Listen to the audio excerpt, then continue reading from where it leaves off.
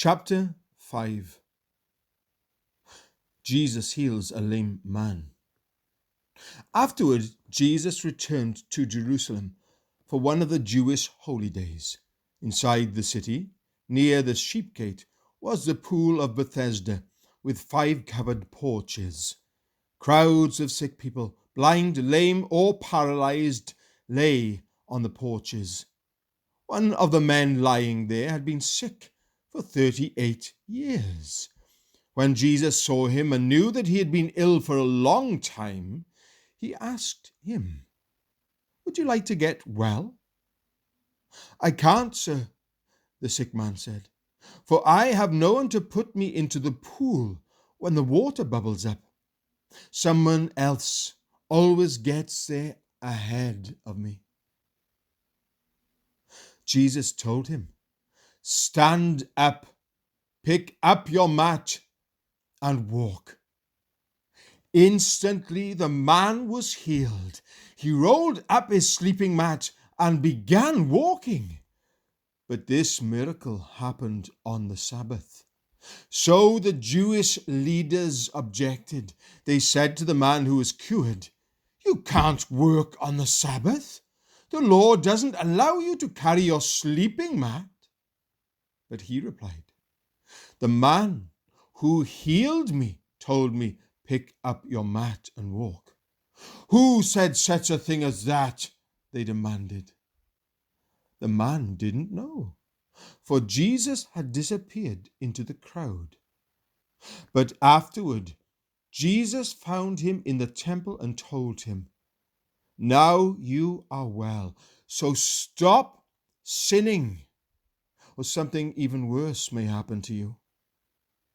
Then the man went and told the Jewish leaders that it was Jesus who had healed him. Jesus claims to be the Son of God. So the Jewish leaders began harassing Jesus for breaking the Sabbath rules. But Jesus replied, "My Father is always working, and so am I." So the Jewish leaders tried all the harder to find a way to kill him.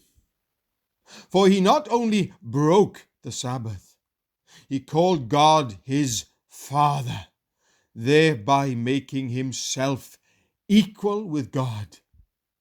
So Jesus explained, "I tell you the truth.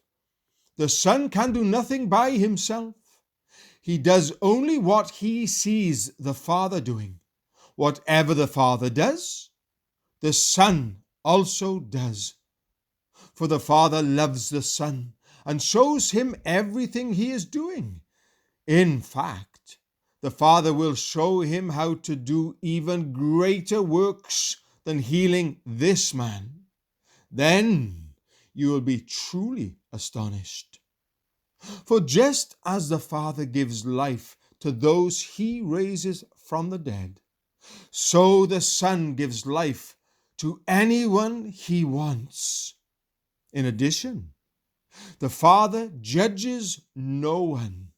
Instead, he has given the Son absolute authority to judge, so that everyone will honor the Son just as they honor the Father.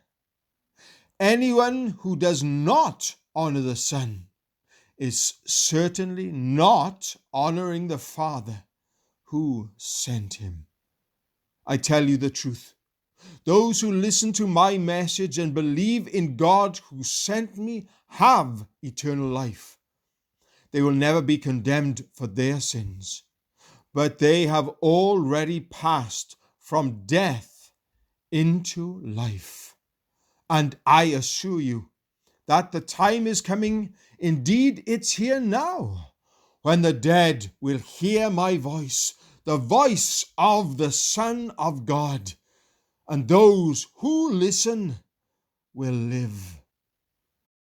The Father has life in himself, and he has granted that same life-giving power to his Son.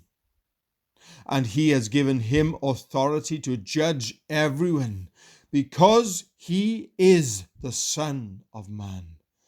Don't be so surprised. Indeed, the time is coming when all the dead in their graves will hear the voice of God's Son, and they will rise again. Those who have done good will rise to experience eternal life, and those who have continued in evil will rise to experience judgment. I can do nothing on my own. I judge as God tells me.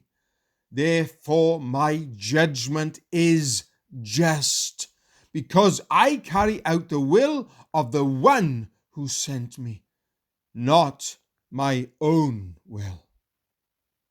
Witnesses to Jesus. If I were to testify on my own behalf, my testimony would not be valid. But someone else is also testifying about me. And I assure you that everything he says about me is true. In fact, you sent investigators to listen to John the Baptist, and his testimony about me was true. Of course, I have no need of human witnesses, but I say these things so you might be saved. John was like a burning and shining lamp, and you were excited for a while about his message. But I have a greater witness than John, my teachings and my miracles. The Father gave me these works to accomplish, and they prove that he sent me. And the Father who sent me has testified about me himself.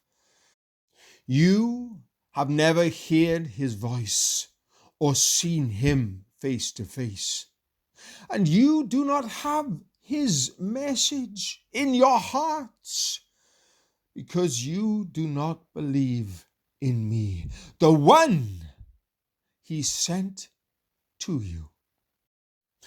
You search the scriptures because you think they give you eternal life, but the scriptures point to me.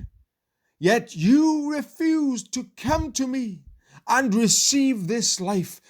Your approval means nothing to me, because I know you don't have God's love within you.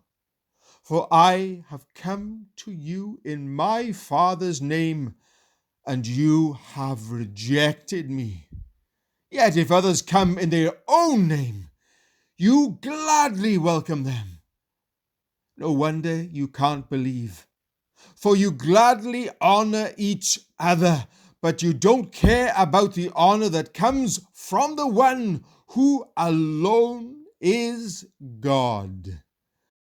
Yet it isn't I who will accuse you before the Father. Moses will accuse you.